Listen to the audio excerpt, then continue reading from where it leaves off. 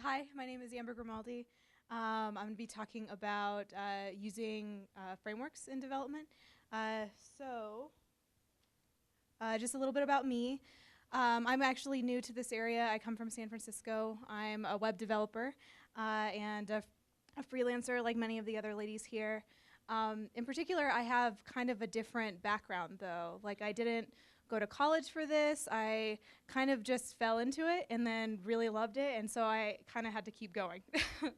And so in particular, because I didn't really have anything outside of just the resources of, well, everything in San Francisco, which is not by any means insubstantial, I kind of had to look for a lot of other ways to figure out what are best practices and what I should be doing and how to be a better developer. And so in comes frameworks, actually.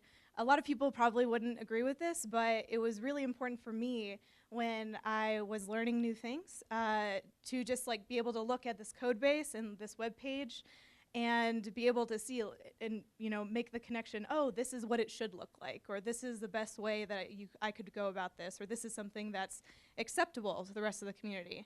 And so, I mean, here are some of the front-end frameworks specifically that people use a lot and that I use actually a lot, especially as a contractor, because I have multiple projects going on all the time, and they really help to be able to make everything more efficient.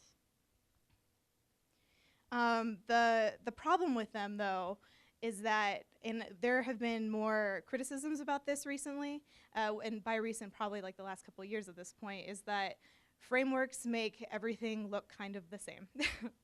And so this is kind of just a mock wireframe that you would see, but there's the navigation at the top, and then there's a hero image and a little bit of info there, and some other image that you just throw up there.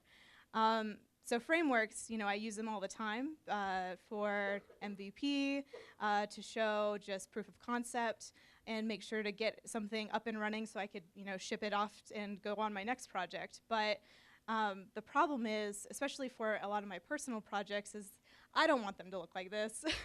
I don't want people to think that that's all that I could do. And the problem now is, although these frameworks are really important and they do contribute a lot to everything that we do, I think that people now are leaning on them a bit too much, and so then we see only this on the web. And so, so kind of my whole premise here is that, obviously you have to get stuff done. So frameworks are really important, and you should, keep using them when it makes sense to do so. But a lot of times you have to go through the pain points of trying to actually make something yourself. And sometimes it might just look like that.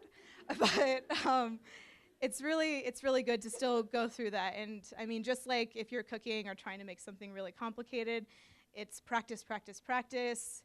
Take a look at it, maybe cringe a little bit, and then when you get your confidence back up, to kind of keep going, because eventually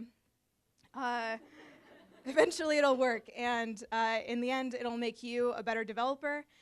It'll make better products that for the rest of the community to be able to see and help inspire them. And yeah, that's pretty much it.